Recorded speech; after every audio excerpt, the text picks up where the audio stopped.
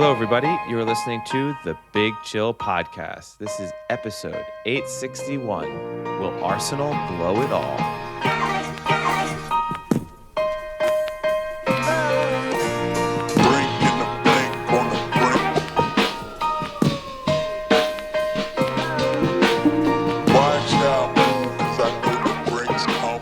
Hello, Big Chillians, and welcome back to the Big Chill Podcast. I'm Frank, joined as always with Eddie. Eddie, how's it going?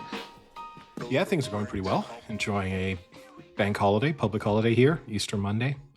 So Easter Monday. Weather's nice sunny day. So it's a good relaxing day. How are you doing? I'm doing all right.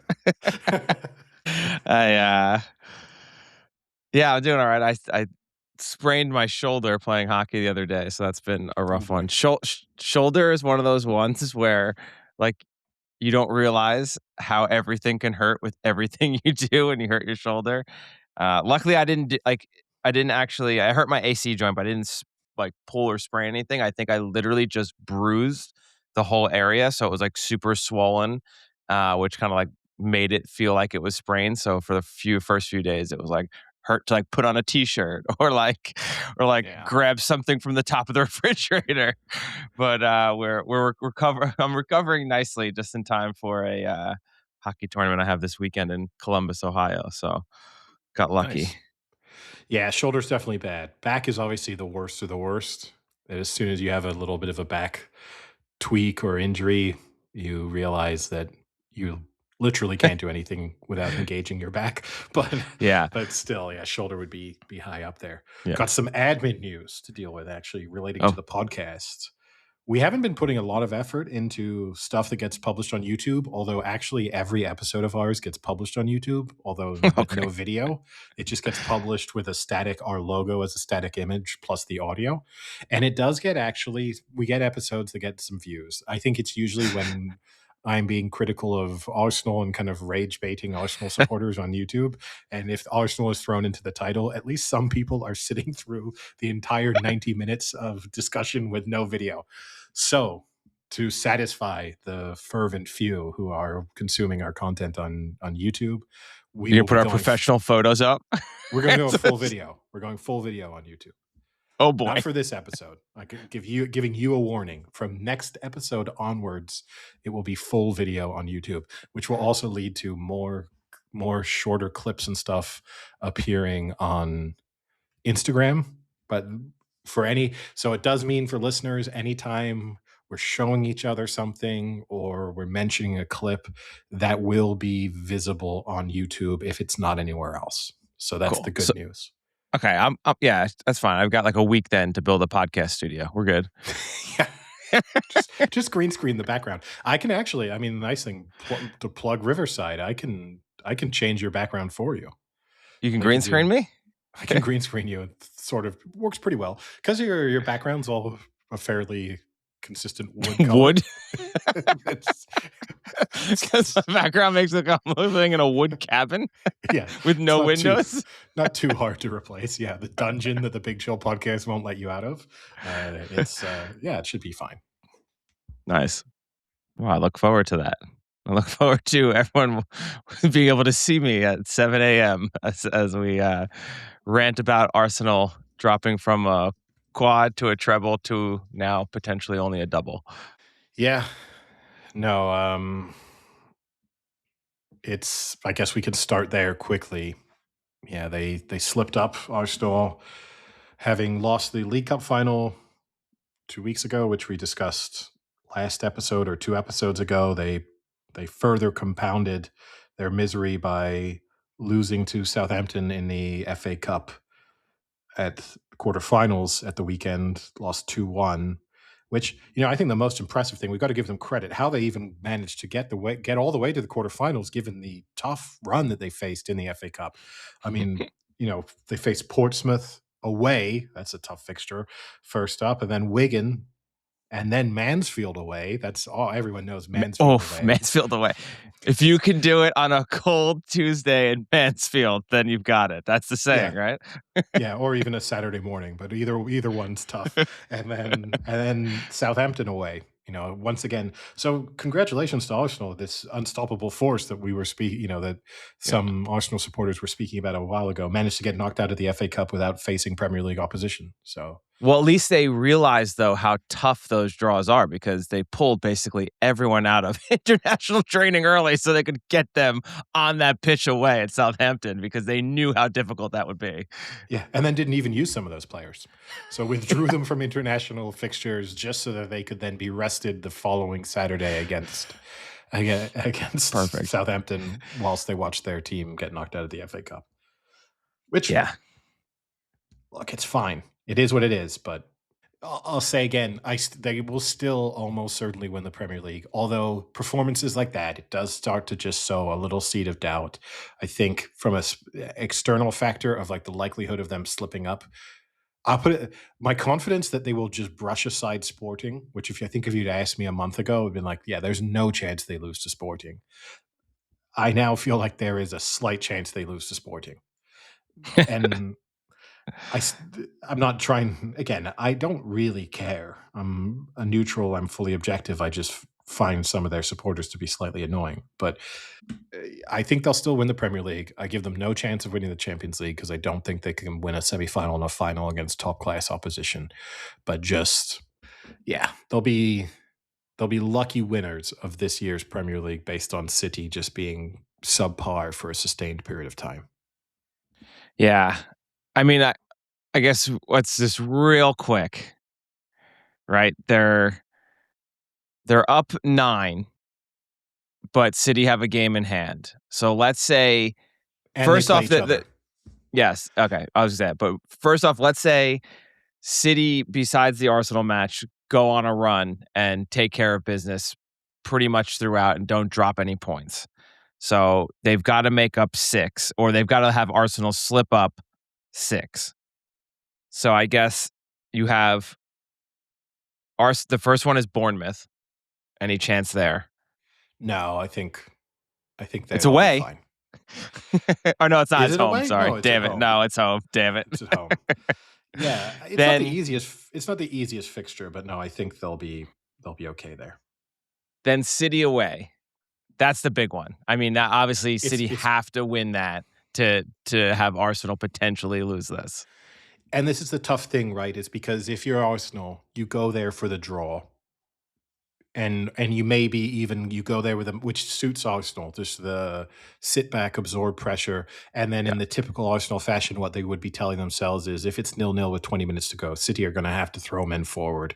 They're going to be vulnerable on the break or just from one of Arsenal's set pieces. So I will have to say, based on what we saw in the League Cup final, and I will take City, but at the same time, we also saw City slip up twice against Real Madrid in the Champions League in must-win games. So it's not as if they Yeah. are guaranteed to put in a performance. And then you have Newcastle home. I'll say draw Tough. there. That's tough. That could be Yeah. you could lose 2 there pretty easily. I'll go draw because I want to avoid just doing wins or Okay. losses because Fulham home. win. West Ham away. Win. I think you could get a draw there. West Ham aren't very good. I mean, I know, but I'd be bold to be if I'm predicting Arsenal to lose to West Ham away, then I'm basically saying they're not winning in the Premier League. So I'll say. I mean, they just lost to that's the win. Southampton away. They did, but I'll say they're winning that match. Burnley home. Win for sure. And then finish up with Crystal Palace away. Yeah, not the easiest one. Crystal Palace are a bit inconsistent, but they do quite well against good teams. And that's last match of the season. That's not the easiest fixture you could have on the calendar. But I think I'll say they'll win that one. Yeah. And so that means I don't know. That means they're winning the league unless like if those predictions come true. But it would mean it would go down to the final day, which again, from an objective standpoint, that's kind of all I want.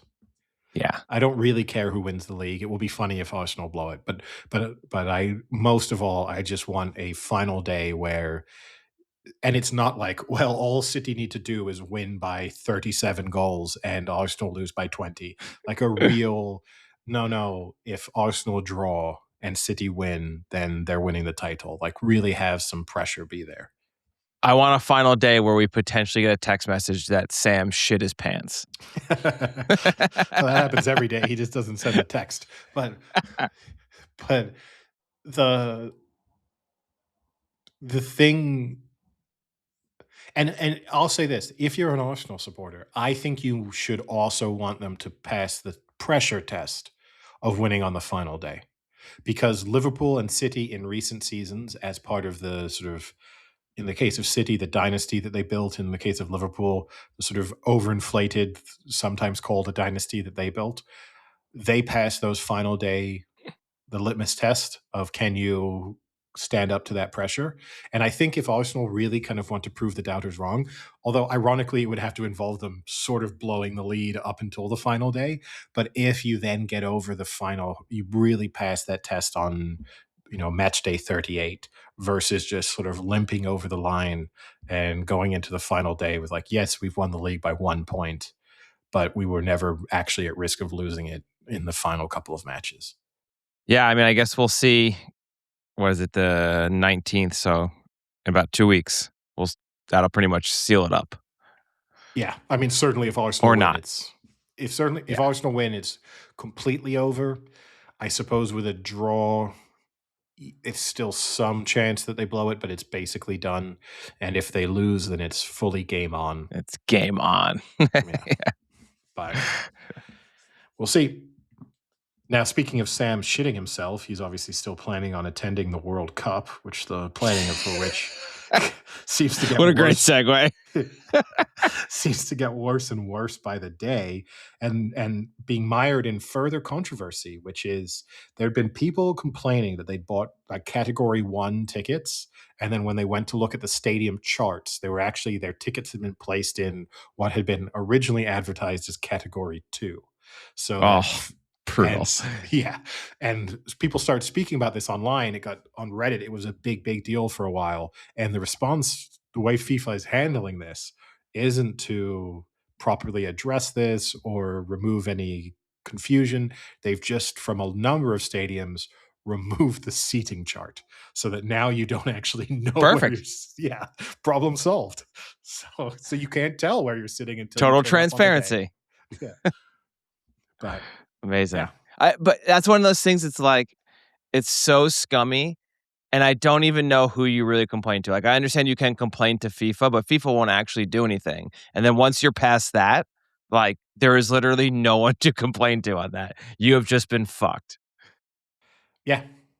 Yeah, there's nothing, and you don't want to push too much, right? Because the worst case scenario is you just have your tickets taken away, which I've been seeing too. I mean, we'll do maybe a little bit of Augusta, like Masters build up, as we usually do when we discuss menus and other items. But one of the things, I was reading a subreddit because it's very frequent.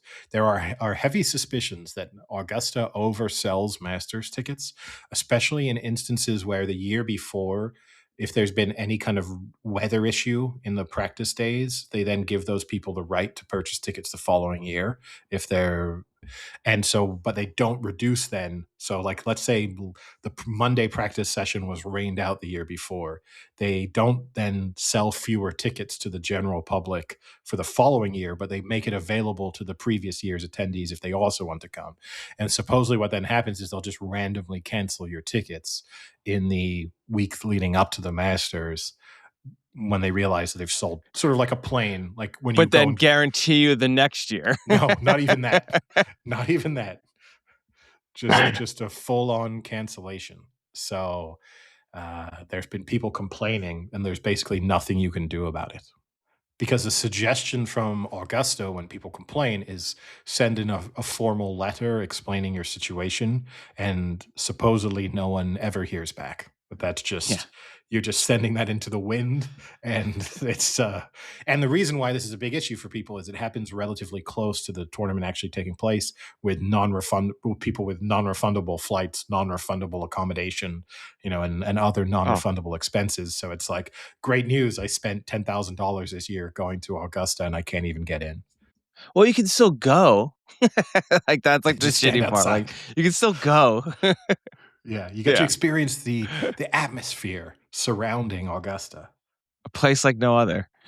The other tough thing in dealing with some of this FIFA ticket discussion is I see these quotes that are often attributed um, to Gianni Infantino, and similarly to like Trump at times, and I never know whether or not these tickets are real.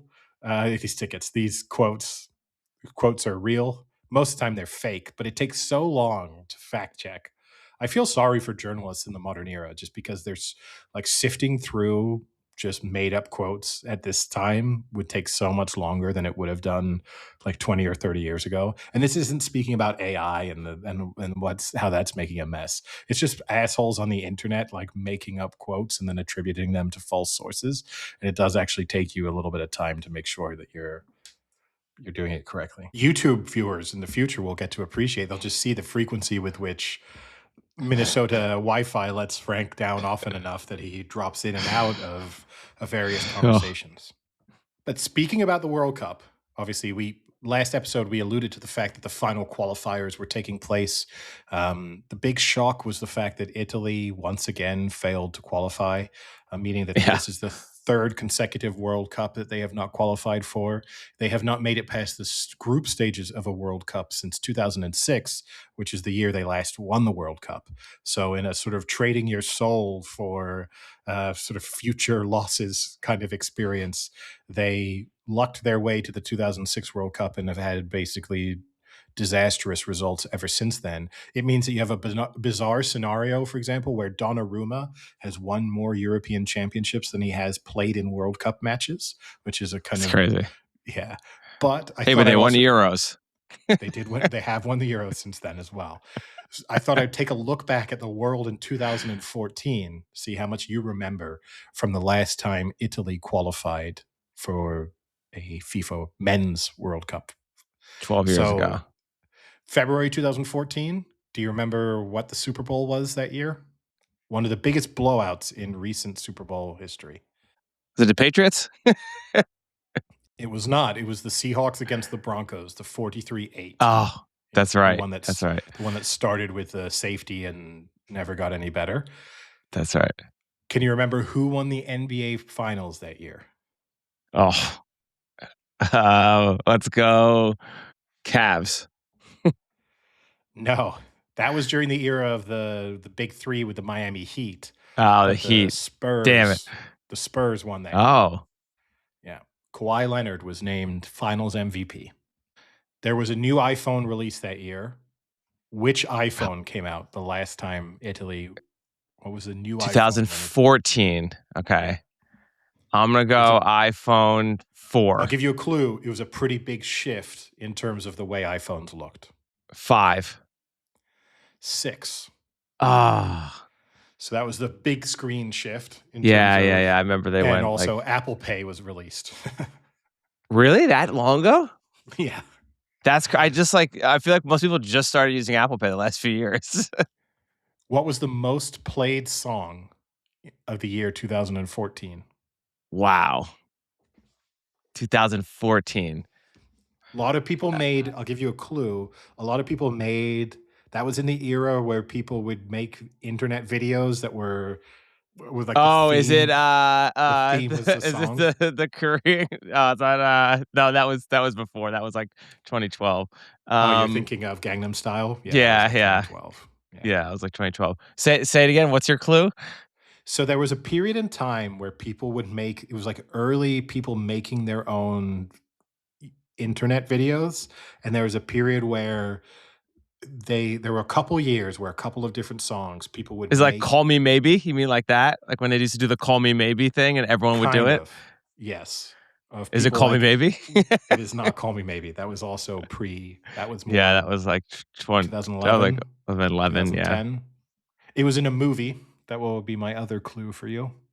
Is it a James Bond movie? No, it was Happy by Pharrell Williams. Oh. Yeah, okay. Speaking of Everyone movies, did the happy. can you remember or take a guess at which movie won Best Picture that year? Best Picture 2014. Ooh, I gotta get my years right here. The problem is, like, I can't. 2014 is a weird one for me because it was like the first year I moved to Toronto, so it's tough for me to get my bearings. It's like, what was going on there? 2014. What was the movie? The Departed? No, that Oh, was way earlier. Frank, you got to That's trade 2000. your Matt Damon fanboy card back in. Do That's too you want early. Hold on, give hold you on, hold on, hold on. cast clues Wait. Hold on. based on a I can true get this. story? I'll give you that clue. It's not Slumdog Millionaire, is it? No, I'm still too early. I'm way too early. What the fuck was in that time? Based off a true story. the cast included Michael Fassbender. Oh, is it Spotlight? Nope. Damn. The cast included Benedict Cumberbatch. What fucking movie is this? The cast included Brad Pitt. The cast included Paul Dano. What is it? The cast included Paul Giamatti. 12 Years a Slave. Oh. I did avoid naming the main, but I felt Yeah. like that might have been too big of a clue. And then a final one. I don't think and I've this ever to- seen 12 Years a Slave. It's a good movie. The final one, and this to me, this is the one that felt like the biggest time capsule element of all of this list. There was an internet craze, like a viral trend that was going on. Can you think of the 2014's big viral internet trend? It was for a good cause.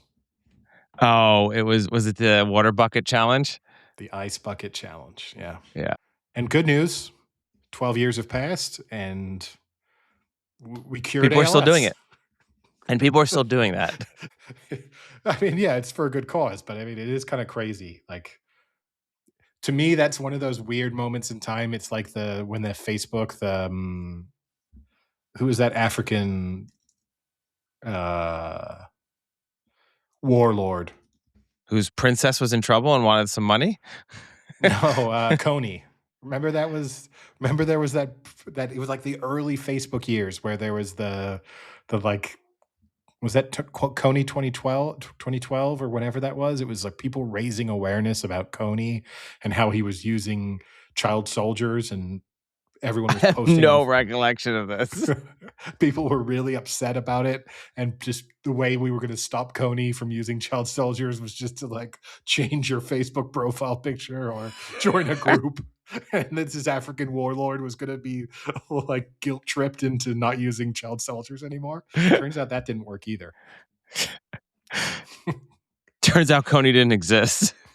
No, he very much exists, and he does use child soldiers, but he doesn't care what a few people in the U.S. do on Facebook to try and stop him. So yeah, that's devastating for Italy. And speaking of that, though, real quick, I think the one that's even crazier to me is that people will still do the copy paste of like, Facebook changed its terms of service. If you don't post this, then they're going to be able to take everything from you. And it's like, you've got to be joking. We're still doing this 20 years later. We're still reposting these random things. Also, the thing is, it always amazes me. Some surprisingly smart people I know will do it every time that trend comes back around, where you're like, look, I get it. In the whatever it is, 1,000 people I follow, I appreciate that there's a bottom 10% of these who I expect to do the repost, reshare of this thing. But the vast majority of people who I interact with, I think will be too smart to think that they sort of can somehow bind Instagram to some sort of legal contract by posting something. But yeah. But every time there's someone who I go like, you're quite smart, and this is incredibly dumb. And then the response will be like, oh, better safe than sorry. Yeah. It's like, You never no. know. Sometimes it's better to be sorry and not look like a fucking idiot. Yeah. Oh, I'm 100% always in that camp. I would rather die in certain instances than run the risk of slightly embarrassing myself by doing something stupid.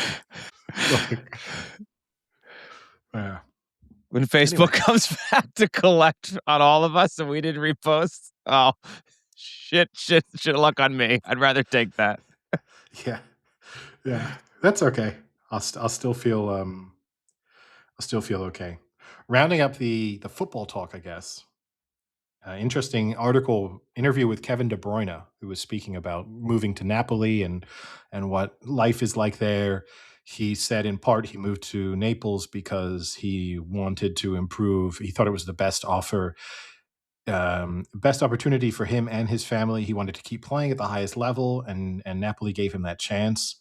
But he also wanted to make sure he went to somewhere where he felt like his wife and his children would be happy. All of that's a fairly like banal player interview. There's nothing too interesting coming from it.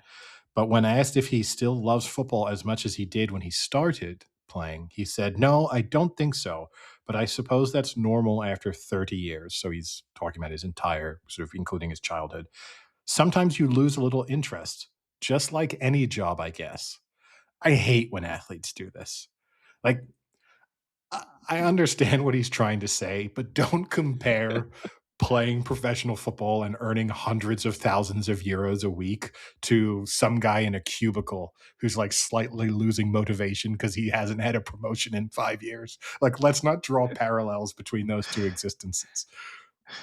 Oh, yeah. That's pretty good. Yeah, or like yeah, or the guy who's working in the cubicle, not only has he not had a promotion, he's getting paid like minimum wage, is eating like homemade ham and cheese sandwiches with like Yes. mayo packets he steals from the fucking lunchroom because he can't Well, afford mayo. well, this is a very depressing life we're creating here. But yeah, no, it's just like it shows how at times how far removed athletes are from normal life. And I understand that they will have grown up in environments that are very different.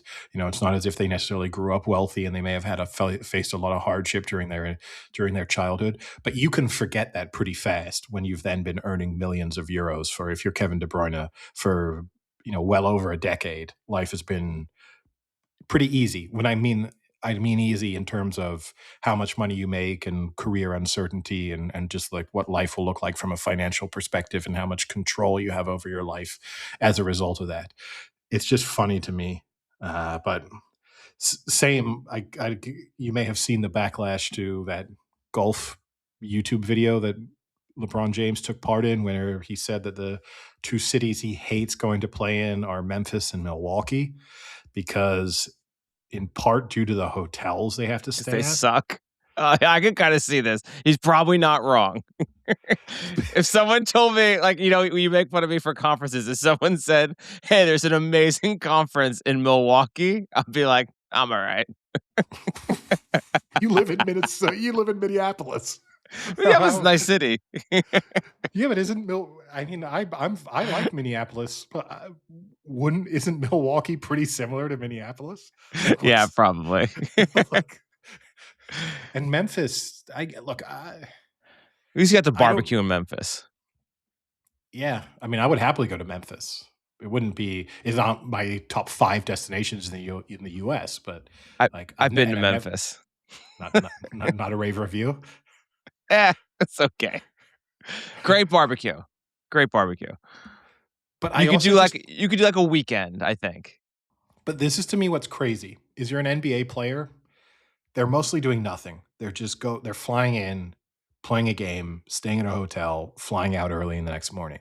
And so their big complaint is basically that the hotel, there's only sort of 2 nice hotels in Memphis, neither of which are particularly nice, like by NBA standards. There's no Four Seasons. Yeah. Um, And is one of them like a haunted one that all the players talk about? no, that's in, where is that? That's Oklahoma City, the haunted one. Oh, yeah, that's right. Yeah. So they stay in this Westin in Memphis that's opposite Oh, the can't arena. complain about a Westin. LeBron James can, and supposedly a lot of other NBA players. They Okay. You consider know it to what? be subpar. Westin, Memphis, give us a free night, airfare, and dinner. We'll fly out and we'll tell everyone how great your hotel is. Well, we've been beaten to the punch on that front. There's a lot of YouTubers who've flown to Memphis to go and Damn give it. the hotel reviews, and for the most part, and they've done it on their own dime, which I think, a little bit more appealing to the West End. Although I've watched 3 videos of now, like, social media, like content creators going and doing this. All You know 3 of how I them know you have received. too much time on your hands? You've holiday weekend. watched 3 YouTube videos talking about a Westin hotel in Memphis. All three of them got upgrades. I don't know if that's standard service for a random Westin guest, but probably not. I think the Westin was probably aware of the fact that they were.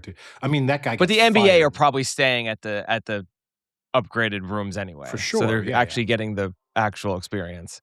But like that hotel manager got fired, right? Like when LeBron James comes out and really publicly torches your hotel, there is no chance that you are keeping your job.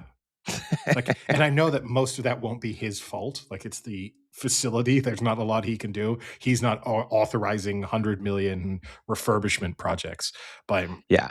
See, and it's that's why LeBron James isn't a man of the people, because if he was, the right thing you say is like, "Oh, that Westin hotel, it's terrible." The staff and great. everyone is doing amazing work, but just the infrastructure, like the rooms are old, but the staff are great. They're super Yeah, nice. They're doing their best. it's a good point. That's a solid point. That's the way he would have made himself still look like a good guy. His defense, he got asked about it, so he released this video. I mean, it's him golfing, and he's talking What about oh, it. okay. I was gonna say, what book is he holding? None. Golf club. And then the next day, he was asked about it prior to an NBA game or post like practice session or whatever. He's kind of sitting in the locker room and they ask him about this because I think people in both Memphis and Milwaukee are pissed because it's the type of thing that, locals get annoyed about. His response, the way he tried to make himself look better, is like, why are we even talking about this? Which is okay, but you did say it, so you do have to take some accountability. He goes, I just don't like going to Memphis or Milwaukee, and I don't even like going home, i.e., Cleveland. So, Heard you know, that. so it's not like I'm biased, I'm not being unfair. It's like, okay, so the way to save yourself was to trash a third just, city. just throw Cleveland under the bus. Just Hey, listen, they're no worse than Cleveland. That shithole. And then because then I was reading a subreddit, fully investigative, like journalism going into when he says that, does he mean Akron or does he mean Cleveland? Is this shots fired at the Cavs or is this just shots fired at the general Akron area? Obviously, we do not know the answer. Both. Just lump it all together. Ohio is what he meant. Yeah, just the Midwest. Yeah, he obviously doesn't like the Midwest or parts of the South, is what it sounds like. Now, you liked my transition from the segue with Sam shitting his pants. How's this segue? So, speaking about people who don't like traveling to certain places, Eritrea were playing an AFCON qualifying match against Eswatini. On the return, as they were flying back to Eritrea, 7 of their players did not make the return flight because and They have shit their pants? quote unquote gone missing because they have effectively defected. Eritrea is a very oppressive regime. Okay. Now, Eritrea had chosen not to take part in World Cup qualifying because they were so fearful of the fact that players would defect if they traveled to international games. They didn't take part in World Cup qualifying. They instead have taken part in AFCON qualifying, and then players have defected. I feel like we've heard this story before. Hey, defections happen sometimes. The thing I like about that is, But with sports, we've heard it with sports before too, that this has well, happened. defection used to be a huge thing, right? With the Soviet Union, sometimes North Korean players. I think we may have spoken about a North Korean player defecting at one point, and then obviously Cubans. You used to get that a bit more than you do now, and I'm not trying to make light. The situation in Eritrea looks terrible and probably doesn't get the sort of international coverage that it deserves. But what I like about this is it's like, we're not going to let you play in World Cup qualifiers. You might defect. We're going to play in AFCON qualifiers. Definitely giving the players who hadn't previously thought about defecting the idea of defecting. I mean, he's like openly said, when we fly you out there and we fly through South Africa in order to go through to Eswatini, then there is every chance that you could not come back and improve your life. Yeah, that's crazy. I couldn't imagine that. But then what happens to do you think they were actually good athletes, or do you think that was all part of the ruse? By good athletes, what do you mean? Do I think that they're now forging careers in international football? Probably not. Yes. But do I think they've escaped a highly oppressive regime where life will be better.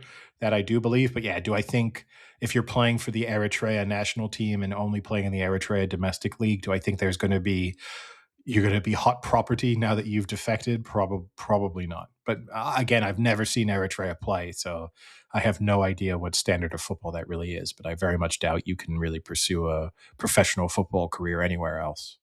They're probably just better than the US. So like bottom of the group. So I've got a slight sports story here for you, Eddie.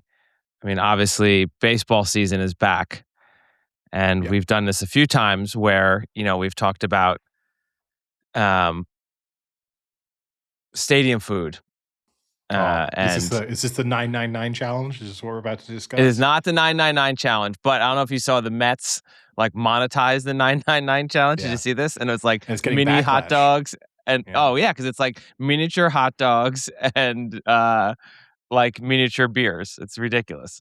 Now, I Just got to let be the honest with you, just to just jump in on this. So those unfamiliar, the 999 challenge is the idea that you eat 9 hot dogs and drink 9 beers over the course of 9 innings. And if you do it correctly, some people just do that over the time period. You just need to eat 9 hot dogs and drink 9 beers. If you do it, I think in the true spirit of the contest, the idea is that you finish a beer and a hot dog before the end of each inning is how you're supposed to do it. but you can get ahead of the game. Well, the idea is you're not supposed to, but But I like the idea that you can do a 999 in one inning but and then last the other 8 innings. That's part of the challenge. yeah, you can't leave until the final out is recorded. No. I next time I'm in the US and hope if it overlaps with baseball season, I'm very happy to go and do a 999 challenge because it doesn't sound that hard to me. I bet you Now, if we could arrange it to do it here, knowing how the Twins have been lately, it's probably discounted.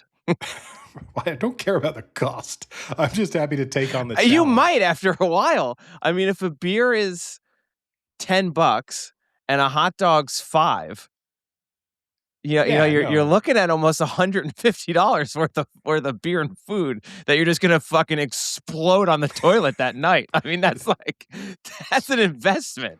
That's a regular Saturday for me, Frank. There's no there's no Are you gonna no up it to the 9,999 where you also throw in 9 donuts? oh, that I couldn't do. That's too much. That's too much.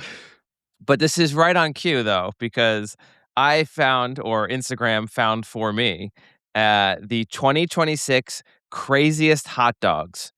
The tagline is baseball season is back, and that means every team has a hot dog or two you need to try. Here are some of the craziest we've seen so far. All right. The Colorado Rockies Glazilla. It's a 2-foot, 1-pound hot dog with mac and cheese and what looks to be pulled pork. My issue with a lot of these teams, their approach to like making the food interesting or making it value for money is to just make it huge. And I don't know how I go back to my seat with a like 2 foot with long hot dog with the Glazilla. that's just like overloaded with stuff, and how I possibly eat that without getting it all over myself and possibly all over everyone around me. Excuse me, Godzilla coming through with the Glazilla. Like this this is the thing. I don't Well, you can understand. always like a lot of places now have like places you can sit, not sit or like kind of like sit stand, like up there and kind of watch the game and eat. They have like little tables set up. One of the nice things actually about the Minnesota Wild, if anyone is going to a Minnesota Wild game in the near future, in the club level, which is like the middle level, they have like complete wraparound like bar seat kind of around the whole way. That's just like first come, first serve. So instead, like you can get a seat, but then just go up there and kind of just hang out where you like have like little like bar stool on like a bar, like a benchtop bar, and you can watch the game and eat or something like that. It was really nice. It's a good change of pace than getting like stuffed in on a seat and trying to eat a glazilla. Yeah, there's a happy medium there somewhere, but sure. All right, how about the Kansas City Royals beef Wellington hot dog? Once again, a foot-long hot dog topped with prosciutto, minced mushrooms, chipotle ketchup, and yellow mustard inside a puff pastry. That's it's an easy pass for me. Americans are obsessed with beef Wellington, and I think I love beef Wellington. I think I have to hold Gordon Ramsay responsible for this. I don't know who it was who Oh, like I love beef created Wellington. an American fascination with beef Wellington. It's very nice. I Like mean, a I good eat it. beef. I don't eat it often. Like, we're not saying I'm eating like I probably Yeah, eat it every other Christmas we make it, you know? yeah, no, Like, it's fairly labor it's intensive kind of to fun to actually make, make. Like, but it's fun to make, like, when you make it well, and then it's like, it looks nice and you have a good, like, Christmas dinner with it. But the thing, I think it falls into the category. I think if I ask the average American how often they think British people eat beef Wellingtons, I think the answer would be way too high. Like, I do think it's like, oh, don't British people every Sunday have a Sunday roast with a beef Wellington or something? Like there's this perception that people have I do of, think people think that the beef Wellington is a Sunday roast thing, and I have actually never had it for a Sunday roast. you do get it at some gastropubs and stuff, where again, I think it's a good opportunity to charge people even more. But Yeah. the Sunday roast, that again, it to me, and I'm not necessarily the best position to comment, but I think part of that's like an Instagram craze as well, that people have now become Yeah. really obsessed with, like the best places to go and have a Sunday roast, which like when I was in university, yeah, for sure you could go to a pub and have a Sunday roast. It existed, but people didn't lose their minds over the like searching for a Sunday roast. I and also, I feel like the beef Wellington kinda defeats the purpose of Sunday roast because you have the Yorkshire pudding there already. If you're going down that path, yes. You have And the puff pastry there already. It'd be puff pastry overkill. well, yeah, or yeah, like yes. It's not puff pastry in a Yorkshire pudding, but yes, it's But it's similar. pastry. It's Yeah. you're getting a lot of heavy Yeah. carbs coming in. Yes. The Nationals have the Crab Mac hot dog. It's crab, mac and cheese on top of a hot dog. I think I've said this before. I don't think I ever want to eat like crab or lobster at a baseball game. But I think it is the Nationals, so, crab is part of yeah, their you're culture. you're ocean adjacent. They should be able to source it fresh every day. So Yep. I do get it. And yeah, like Baltimore, Maryland, that's a huge like that whole area. The crabs is a big part of their local cuisine. I just don't trust. If you told me that this is in like a nice restaurant within a baseball stadium, then I'm willing to give it a go. But if it's me walking up to a stand that's some person on minimum wage just slinging out the crab, I'm not sure I want to take part in that. What if I told you it's from Stuggies, the world famous gourmet Oh, dogs? I take it back then. I trust it. I trust it with my life. I trust it so much I'll order a couple and then I'll go and sit in the sweltering heat of a DC summer day with nice humidity and just the sun baking down on me. And I'll just sit there and just slowly eat some crab. Sounds wonderful. Oh, man. You're LeBroning Stuggies. I've never had them before. The Diamondbacks have this one I think you might like, the hand-dipped corn dog, all beef foot-long corn dog topped with a choice of chili cheese or street corn. I do love corn and I do like corn dogs. So yeah, I'd probably give that one a go. I don't want the chili cheese on top because again, that's a logistical nightmare.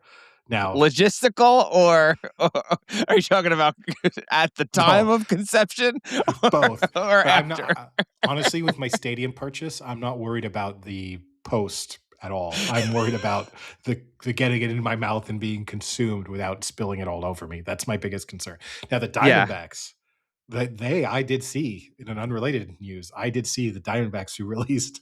If I didn't find the temptation of eating crab in the baking sun, this year they went healthy. The Diamondbacks with one of their food options, and you can get a 16-ounce cup of cottage cheese with like with with carrots and celery to dip in it. Now, what kind Oh of psycho god. do you have to be to get just a 16-ounce cup of cottage cheese and then go sit in like 110 degrees? Oh. Are they trying to cater to the dorky, annoying Instagram people who I don't know. just love to eat like super healthy with cottage cheese and shit, but like that's so gross. That I think one, I am fully against cottage cheese. I think it's absolutely horrendously disgusting.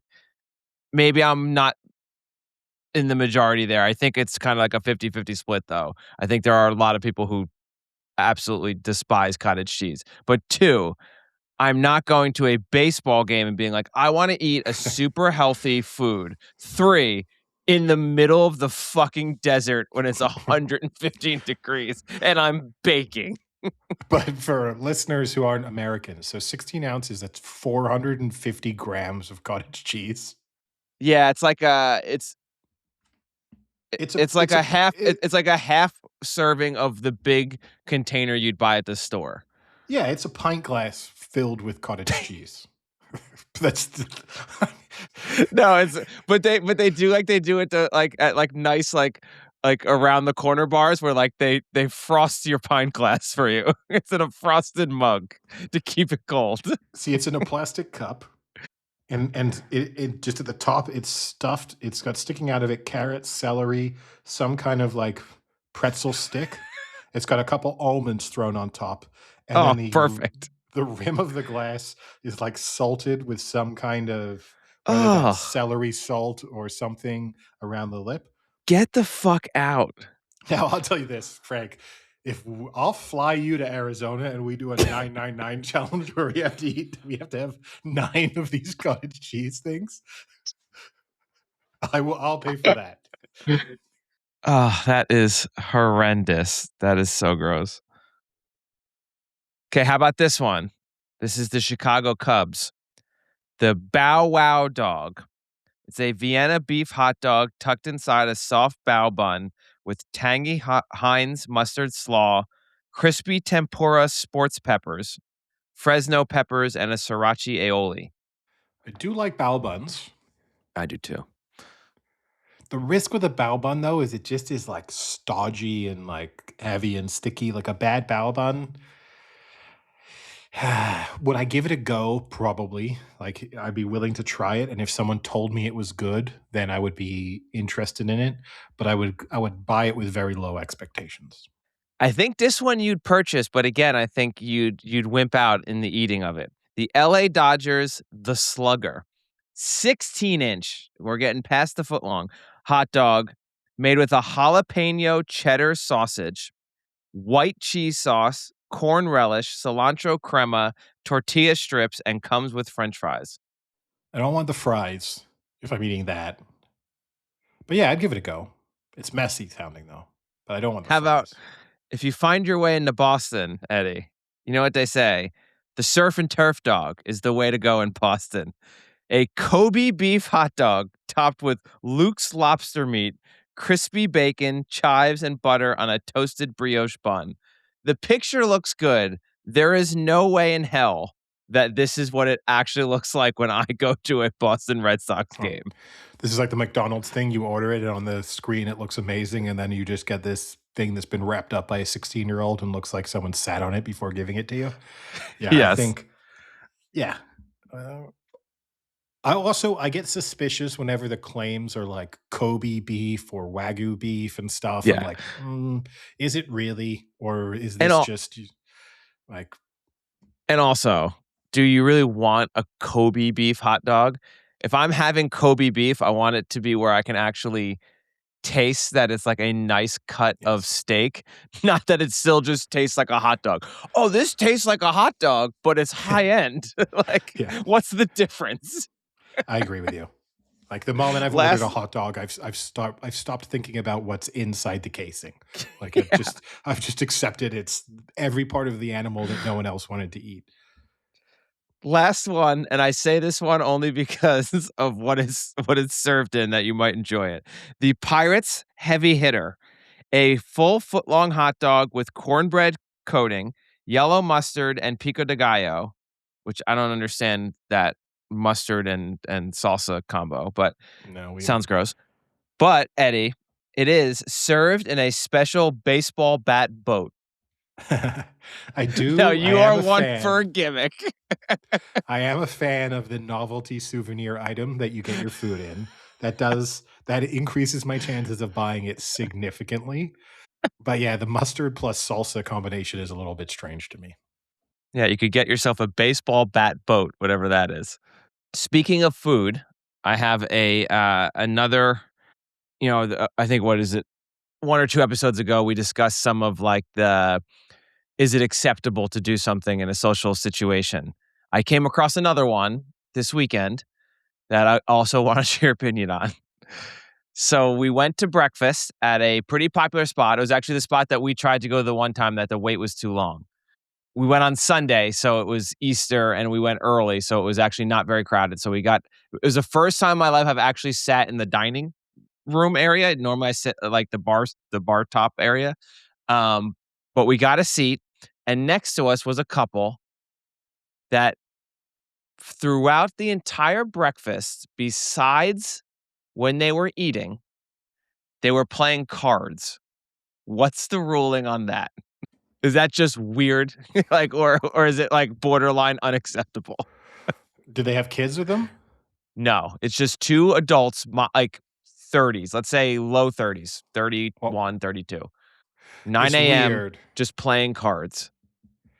It's weird because I can understand maybe you're doing that either if you've got kids and you want to keep them engaged, or maybe on like a road trip where things are lagging a little. You've been driving for 3 days, and you're like, God, I can't. We've run out of conversation, so we're just going to keep the card game going even while we eat. I'd maybe give that a pass. Neither of them, if we've removed kids, and it seems unlikely that that was a road trip sort of pit stop based on where that is. It's like it's a weird move. I don't think Yeah.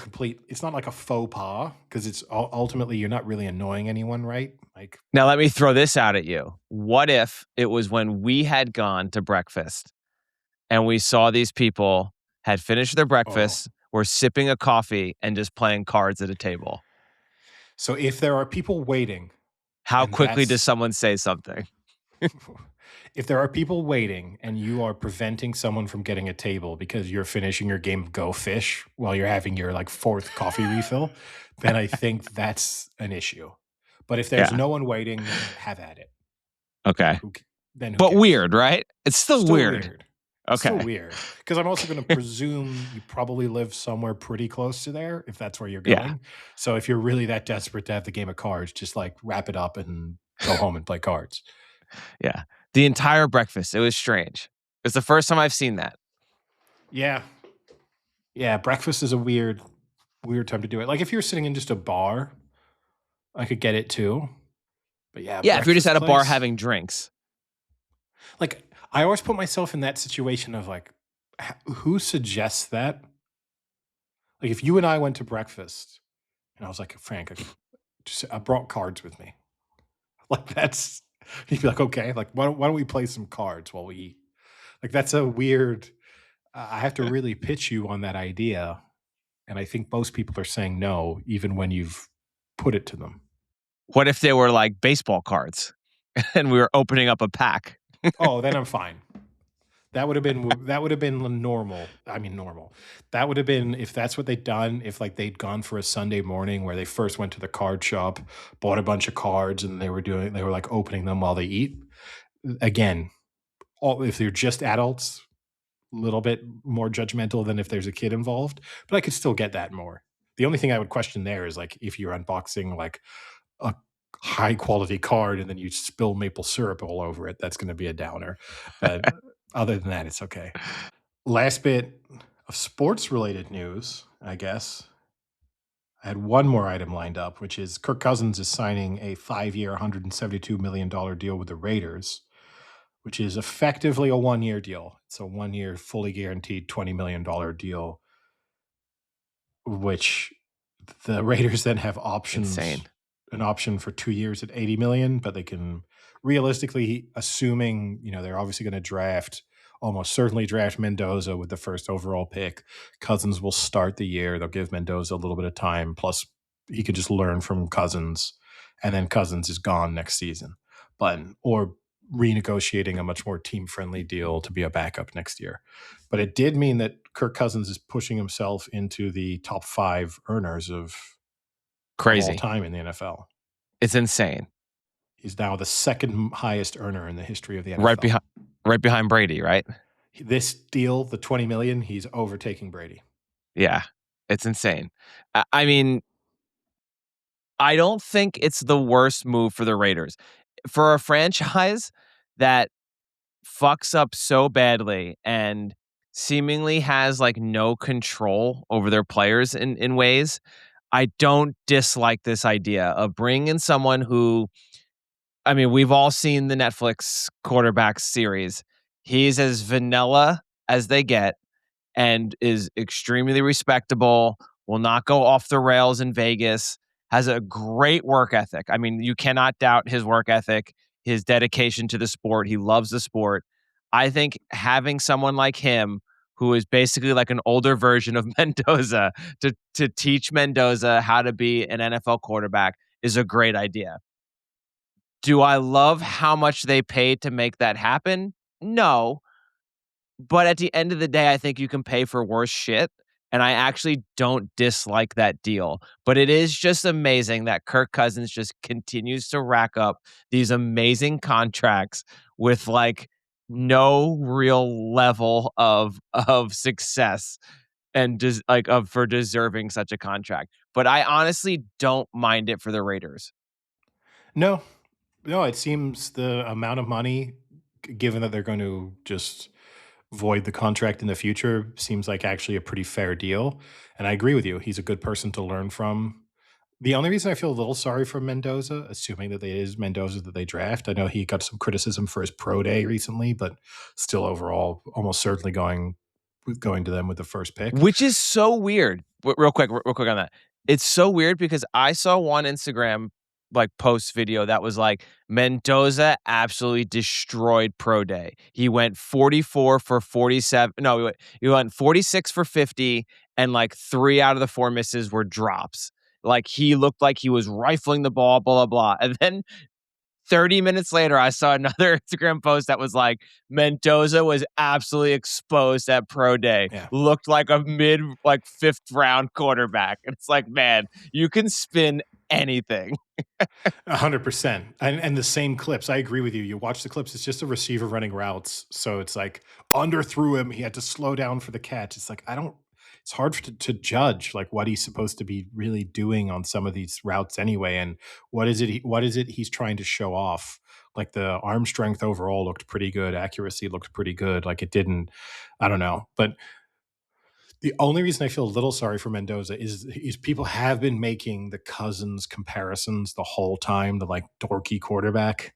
And so for him to then be like for that to be his NFL mentor, it feels like you're kind of selling him under the bus, like throwing him under the bus a little bit by being like, embrace your dork side. Like this is how the world is going to see you as Kirk Cousins 2.0. Just accept it.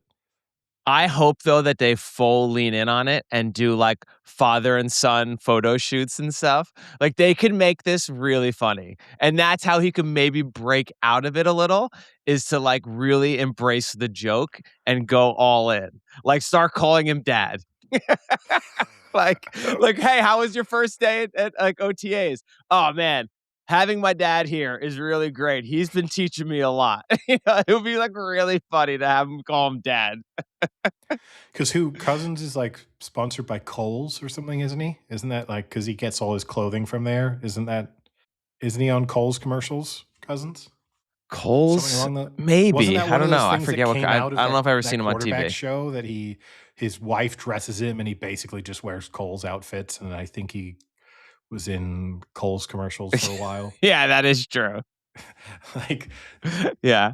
that, if you're Mendoza, you can kind of lean into the sort of stepbrothers photo shoots of the two of them wearing vests and like you could definitely It'd be do so that. funny. Or you go completely the other way and he just like rips on Cousins the whole time. Fucking Goes hates bad him. boy. Goes complete bad Yeah. boy, just like this Yeah. fucking dork. I don't want to do Yeah. anything to do with him. Shits in his locker every day. Might be a little far. But yeah, I think that pretty much wraps up all things sports related. Only other slight note on this story, Neymar, who's obviously off playing in Brazil now, he's in a little bit of hot water. He had a female referee last week, Oh boy. and he Say no more. Say no he more. said, We're good. "Well, it may take a turn you didn't see coming, though. She made some controversial, or at least in Neymar's eyes, some bad decisions, which he attributed to the possibility that she might be on her period." Yeah, no, that's about where I thought that was That's going. it's yeah, it's a great look. He's such an idiot. Yeah. It's crazy, like how far he's fallen. I feel like. Yeah, I mean, for him though, right? The bank account's just filling up with money, and I just think he doesn't care. Yeah. But Yeah. I guess. and I think that's the only thing you can respect is I think he's pretty true to himself. He doesn't strike me as someone who 30 years from now we're gonna hear like, I really regret that I didn't maximize my potential given my talent. It's gonna be like, I made so much money, life is amazing. Yeah, Like I probably. like I use a private jet, then I burn it. Like that's like And then I shit in Kirk Cousins' locker. yeah. Now I have some upsetting news for you though, which is because Oh I was boy. away for the weekend, I did not watch the latest episode of The Pit. It's okay. It was a lot of the same stuff happened. Doesn't surprise me. Yeah. We can catch up. Actually, I was gonna talk about a non-Pit related TV show. I The only thing burned Pit through related I do know is I saw that oh, Dr. Mohan is leaving, which has people quite yeah. upset.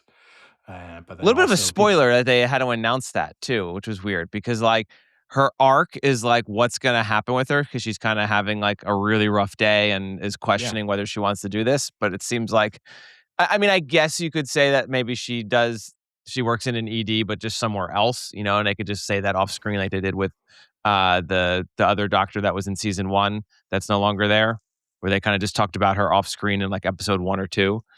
And I think part of it maybe is that this was an actual, whereas the season one was a decision based a bit on personality. Yeah, This is based on story arc. So maybe they wanted to make clear, like we're making that they want to get ahead of the sort of rumor yeah, mill of like Dr. Mohan's been fired, which yeah, is, and look, I guess you could spin it as if like they really wanted to keep her on the show, even if she was leaving the emergency room. She could have been she could have gone and joined like the surgery department or whatever and still been yeah, dropping in for 6 minutes a season. But yeah. yeah, And then they've moved up the doctor who in like the early part of season two came in to also do the deposition and was like taking the a night nap in the shift back. doctor. Yeah, so Yeah. she's gonna be a regular for season two. But this has been something that people have kind of brought up a lot. This gets discussed is the fact that this is a teaching hospital. So theoretically, all these people shouldn't be staying here long term. Like, you're a student, you're gonna come, you're gonna learn, you're gonna move on. Or you're gonna be a resident, but then you're gonna move on and take a position somewhere else. Like you don't stay there long term. And that is to me where this show will really show kind of how ballsy it is in a way, in that like, are they willing to get rid of major main characters because realistically their time has ended? You know what I mean? Like, Yeah. and the big one that everyone's actually talking about is Robbie. Is will Robbie actually stay, or are they willing to do a whole season where he's not actually there? There's two ways they can cheat this, though, right? One is that they slow down the gap between the seasons, which from interviews, the indications are that they're going to do that. Is they don't want to be skipping like 7 months ahead every time, Yeah, and so and probably for that being one of the reasons is that otherwise you're going to just have like season four, just a completely new cast with no backstory of what happened to anyone else. The other thing they could start doing, which there was some speculation with the announcement of the shift in terms of who was being focused on, is you could do like a night shift season. love it. I think I would like the night shift better. I like the night shift doctors better. Yeah, but they do benefit from Genuinely. small doses. You know, like It's that's the true, thing it's is true. they leave you wanting more because they're only there for a little bit. But that's the other way. You could just alternate day shift, night shift, day shift, night shift, and that way it could be like, oh, 4 seasons, but it's actually only been 1 year. Yeah. Yeah, I would love a night shift season. I like Dr. Abbott a lot. He's insane. He's a good doctor. I forgot that Um, he was missing a leg. You know what I mean? Like Yeah. Yeah, there was yeah. the season one reveal that he had a prosthetic leg, and I completely it just slips my mind every once in a while that he's like, oh yeah, he has a prosthetic leg. I Yeah, 'cause didn't. he's an animal, doesn't let it affect his abilities. So, we can wait on the Pit talk then, but I did blow through Jury Duty Presents Company Retreat. I've seen the first 3 episodes.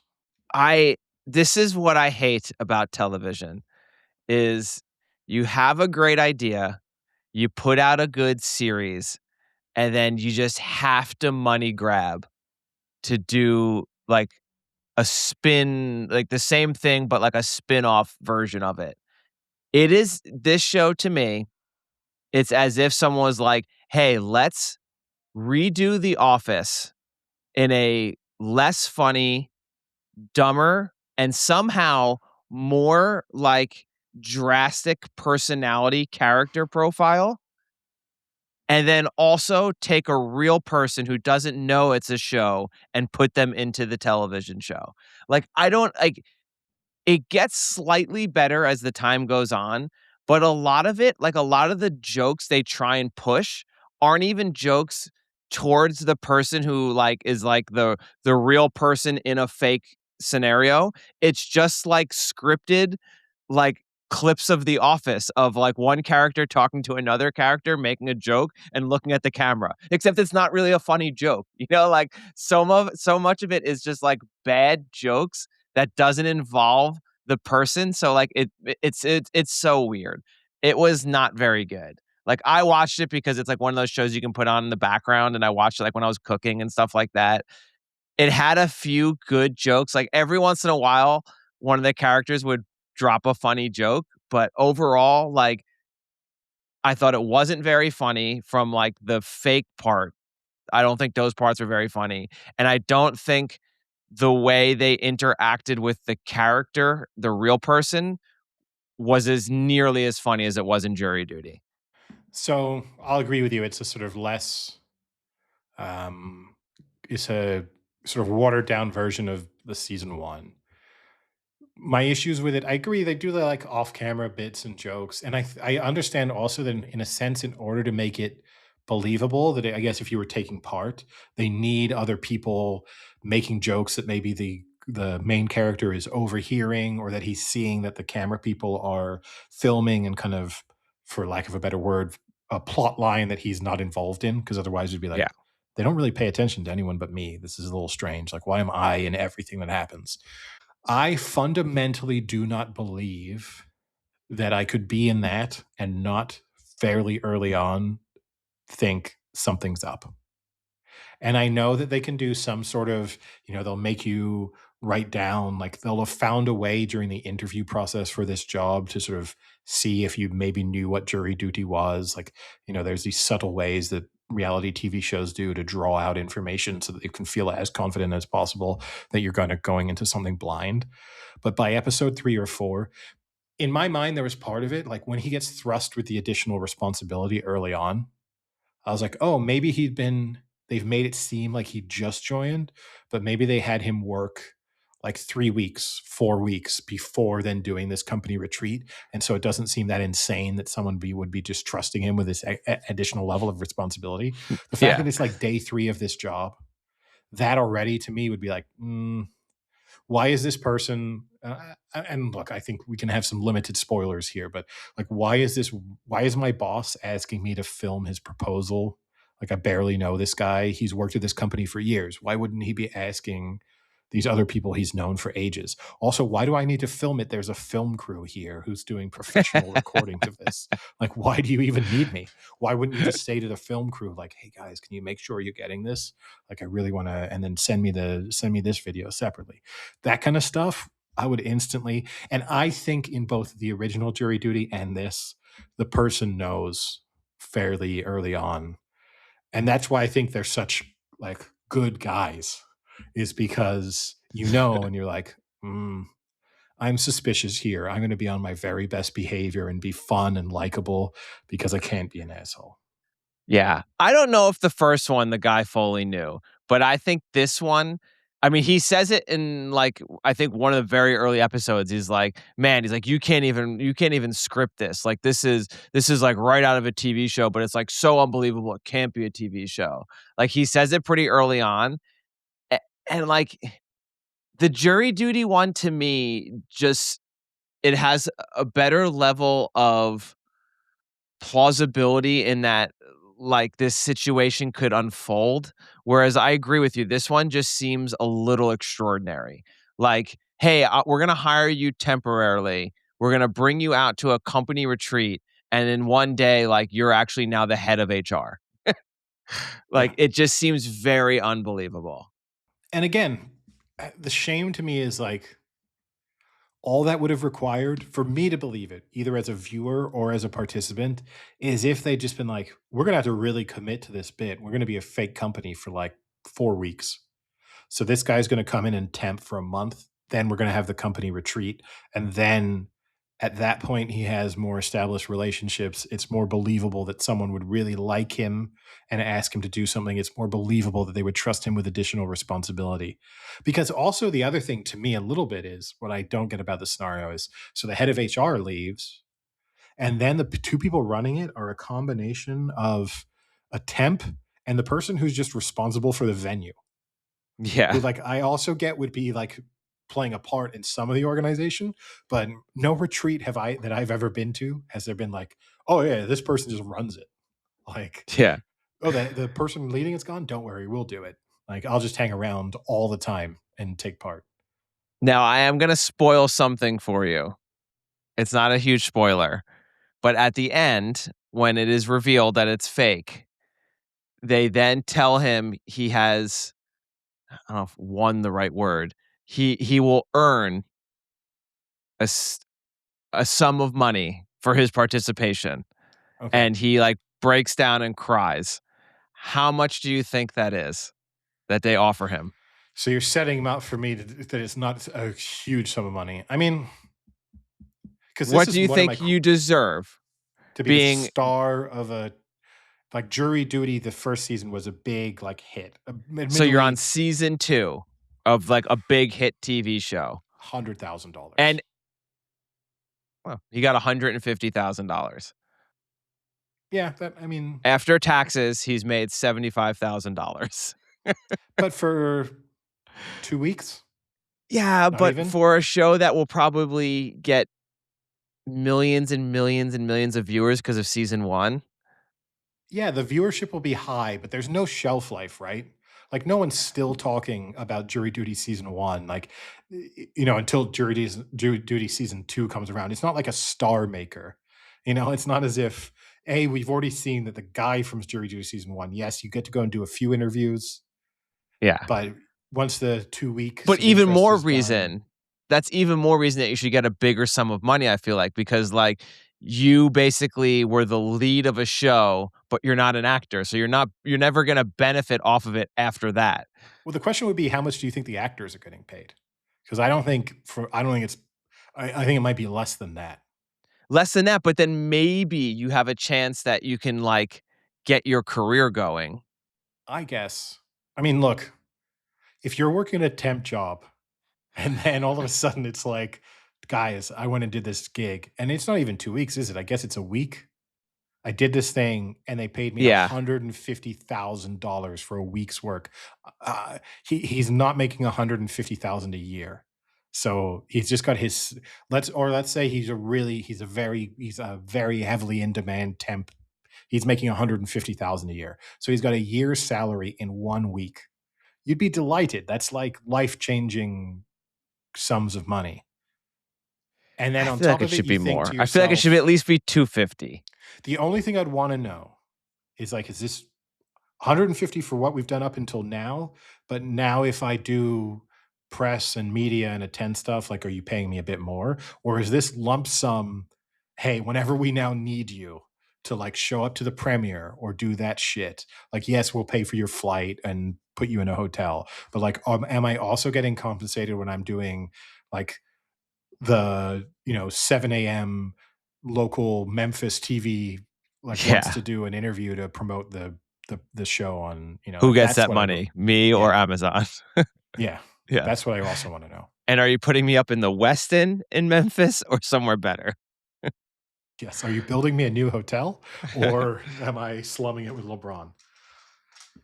Yeah, but I get what you're saying. I just don't know, like, because if they paid him like $1,000,000, it would just be insane.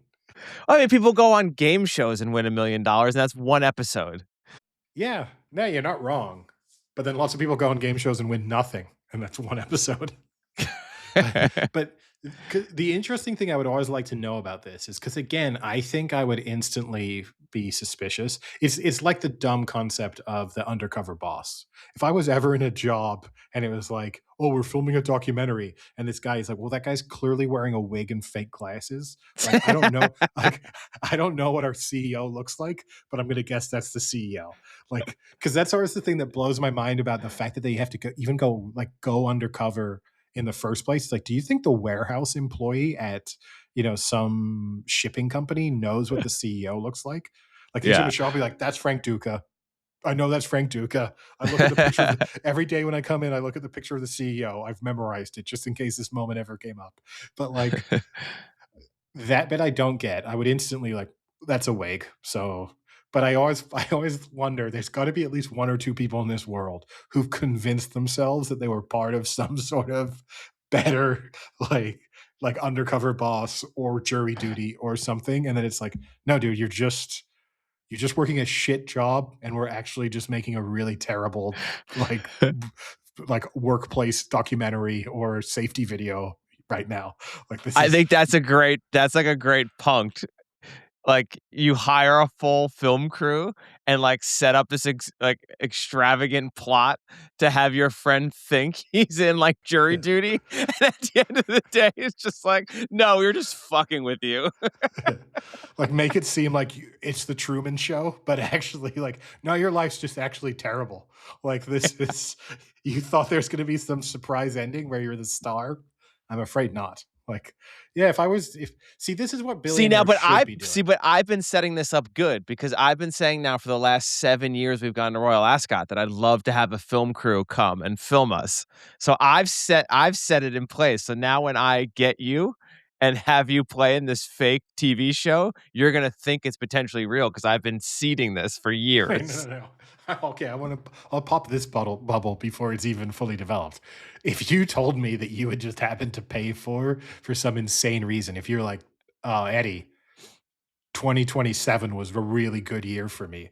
So Royal Ascot 2028, I've paid for a film crew to come and follow us around whilst we go to Royal Ascot, plus like on our nights out, and I'm just gonna get a good like Ascot trip video out of this. No part of me would go, this must be a TV show. I would just think, I would just See? think, See? I would I've just got say, you. I've got no, you you. haven't got me at all because it's not gonna be a TV show. Yes, it will. This is it. This is what I've been playing this. And this is even further playing into the bit because now it's like if it really was a TV show, he wouldn't have told me that he was setting this up to make it a TV show. Oh, okay, in this, if HBO in this really Wait, wait, specific wait, wait, wait, example, wait. Wait, wait, I just want to say, are you sure you wouldn't think it was a TV show if after the first race I run out onto the track and get run by a horse? no, I'm Are surprised that you hasn't. thinking, "Oh, man, this must be a TV show?" Or are you thinking, "Man, Frank actually had a really rough year?" No, I think I yeah, okay, if there's some, like, if there just gets to a level of hijinks involved where it's like, "Oh, Frank's just shit his pants," and then, like, something crazy just happened to this person, and something crazy just happened to this person, then, yeah, maybe I would start to be a bit suspicious that, like, a little too much was happening relative to previous years, but With the film crew? yes, with a film crew happening to be there. But no, I think overall, you would have to work really hard. Like, I don't know what, I think I would just assume that for some reason you had made enough money that you had decided to properly record our Ascot trip.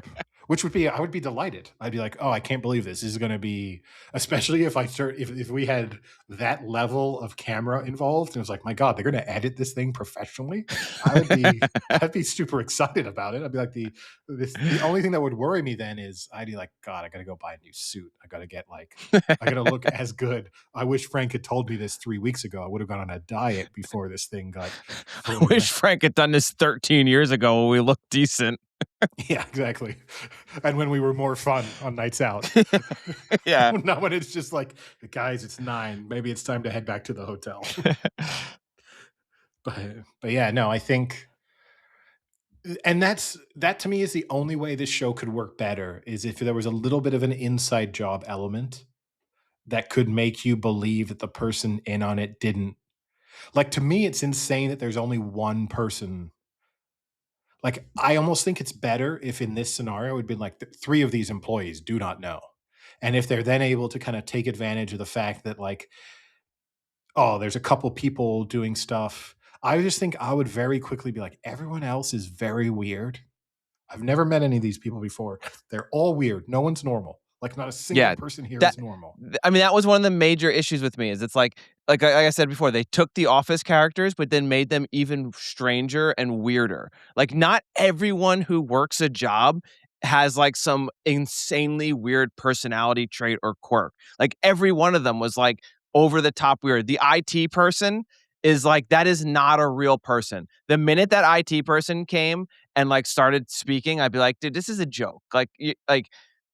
This isn't a real person. This is a caricature of a human. Like, this is not real. But, like, she was actually probably the funniest person on the show. Like, she has a great scene at the end with the with with Crab. The It's, like, really IT funny. person is the The one gay who wears, remote like employee yes, yeah, yeah. who's wearing, like, the umbrella and stuff. Yes, and does all the bones stuff. Yeah. And the bone stuff is funny. Like, that's It the is, kind it's of thing funny. She was the that's the ki funniest person on the show. but to me, that's the level that you could convince me on, is that there's, like, one person who's like, "You gotta watch an episode of Bones." And then, like, that night you watch Bones, and it's, like, kinda funny. And you could get like that, I could be like, "This is a weird company that I've joined." But, I mean, I've joined startups where you join them and they've established some sort of company culture where it is a bit bizarre. They do things and you're like, "This is very cultish." Like, the stuff that you guys have normalized, like, 3 o'clock on Thursday, everybody plays ping pong. Like, here we go. Like, that kind of stuff happens, and you could convince me on that front. But, like, yeah, just there has to be some other normal person. And to me, too, to convince me, you would need one other normal person who was sort of befriending the target, who was like, "Man, everyone here is fucking weird." Like, Yeah. I've worked here for 4 years. I Every person we hire is a weirdo. Every normal person quits. I'm just hanging around because actually they're weird, but they're nice, and overall the pay is good and stuff. But everybody's weird. Like, Yeah. I would need that to reassure me of this feels like I've stepped into an improv comedy group, and And yeah. And I don't think you've gotten to it yet, or maybe you have. The outside company that comes in. Have you gotten there yet? no. The episode I Okay. watched was the him releasing the new hot sauce with the like jerk off Yeah, uh, that was thing. pretty funny. That was kind of funny. But again, like if you were in there, you'd be like, "This is not real." Like this is a skit. This is an SNL skit. That was kind of funny. Especially when And he's like trying to turn I it liked when off and it she just goes it faster. goes Like, faster. Yeah, yeah, again, exactly. that would convince me like, Yeah, something's literally up just here. pull a plug. All you have to do is pull a plug, and all electricity Break it. stops. Yeah. But, all right, so another mild spoiler, an outside company comes in, and the woman who leads the company, that person is, like, next level evil boss from, like a sitcom, like, again, like The Office or Parks and Rec. Like, the character is so evil boss that it's like, that person's not real. Come on. She even looks like an evil boss. But yeah, no, it's a great concept. And to me, the thing that surprises me is and this is where jury duty was kind of smart, is like you could pick an environment where it being filmed made more sense. but equally too, you could pick an environment where you could rely on hidden cameras a lot more. And the fact and that's what surprises me is like just and also the moment when you ask the fact that he does the sort of Big Brother style confessional, like he's in his hotel room. It's like, Yeah. wait, well, why are you asking me to do these things? Like, why do I need to speak about the summary of my day when I go in for this documentary? Like, I don't know. Maybe it's easier, as with all things, when you ever you watch it, it's probably easier to trick people than you think, and it's probably a lot easier to be tricked than you think it is, because that's Yeah. how everyone gets scammed. You're like, I would never fall for it, and then the second someone scams you, you're like, fuck, Yeah. they got And me. then and But and then you've reposted something on Facebook. yes, but maybe I'll do that after this. I'll be like, you will never be able to put me in season 3 of Jury Duty. I deny, I deny HBO's rights to use me or whoever makes. But But yeah, I mean, and then they do go into the end, like, how much more extravagant like, the setting was, like, the film, like, they had quadruple the number of cameras and everything like that and all this stuff. It was, like, 4 times bigger area and stuff like that. Like, that part was kinda cool, but yeah, I don't know, it was okay. I And didn't again, there's some nice ideas there. Like, but yeah, everyone's a little too out there. You just need one or yeah. two normal people. I think I would know. I think I would know. Well, you And I haven't can't figured it out help, yet, so yeah. And I can't help but think that's the thing that reduces some of my enjoyment of watching it is it's like, there's no way this person doesn't kind of know. So in that case, you're not getting real person in a weird scenario. You're getting real person who knows they're in a fake scenario, who is very aware of the fact that they want to look as good as possible. Because there's never a scene of like maybe like in the season one, there's a little bit of like, they're kind of weird. Yeah, they are a little weird. But there's never a scene of like, I fucking hate that guy. I just like I'm not like even just more openly like the guy who proposes and then it turns out that he'd never been on a date or anything. There's no like that guy is a fucking weirdo. What a psycho move. Like there's yeah. no conversation like that would No, he's 100% actually still happen. supportive of him. Yeah. Like, oh no, man, like it worked out well. Like you put on a captain's hat and proposed to a girl. It turns out that you've had no real interaction with. But at the same time, then I think back, like she said, I love you. In the Like beginning. they set that up of like she came in and then they said, Yeah. and at no point is he going like, but why did that happen? Yeah. Like now you're saying you've never been on a date and that you never saw it coming, but I sat But in she the said, "I office love and you." came in and then said I love you when she left. Like First what? day. Yeah. Like this makes no and I just happened to be there the one time that she said it as what a joke. Like this doesn't I don't know. Again, I don't think it would trick me, but by all means, someone come and try and do this to me. But Your whole paddle career has been a setup. I've been putting really shitty people who say they're better than they are to play you in paddle oh, with the convince me. hopes that you move into, like, a tournament, and then that's where it's gonna be filmed. See, that would be doable. That would be kind of funny. And also look, 100%. The best way to do it in the modern era would be to try and to get someone to be a like a contributor to a podcast so you could get them to film the like share tell us your thoughts about what it's like Yeah. working at this company. So I That heard would you be did great in paddle again today. Tell me about it. What happened? amazing. Smoke the guy. Made him quit. Now, did you think that guy was playing fully, or do you think he was kind of acting? Yeah. He's a weirdo, but he's not very good at paddle. That guy was Rafael Nadal. Like Yeah. it's just, like yeah, no, there would be ways to do it, but I don't know. Now tell me about the time when you played with that really young kid and the dad was overlooking him and being really weird. Did that seem fake or real? Did you think that guy was in a wig? Oh, maybe that guy was me. It's It's your like, oh, boss. It that's the was Eli CEO. Manning. That's the CEO of the Coca-Cola company. It was Chad Powers. Because again, we've spoken about this. It's like the Chad Powers thing, the real stuff, the ESPN stuff. Is I would go to a tryout and I'd be like, that guy's clearly in prosthetics, and they're filming this, and he's also turns out he's pretty good. That is some. I don't know that's Eli Manning, or I don't know that whoever it is, but I know that guy is an athlete. Like Doesn't matter. Oh, that's Jimmer Fredette? I don't know who that is, but the guy with the pot belly and the kind of prosthetics on, who's draining threes from half court. I'm guessing Yeah. something's up here. Like, Yeah. All right. Well, with that, I think we'll call it a day. sounds good. All right. Talk to you later. See ya. Cheerio.